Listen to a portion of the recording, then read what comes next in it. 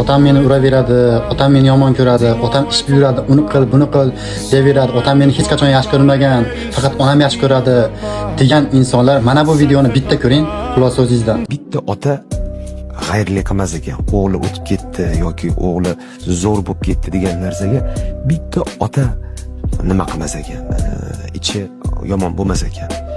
O'g'lingiz zo'r bo'lib ketdi, o'g'lingiz deyorgan sari otaga yoqaverar ekanda.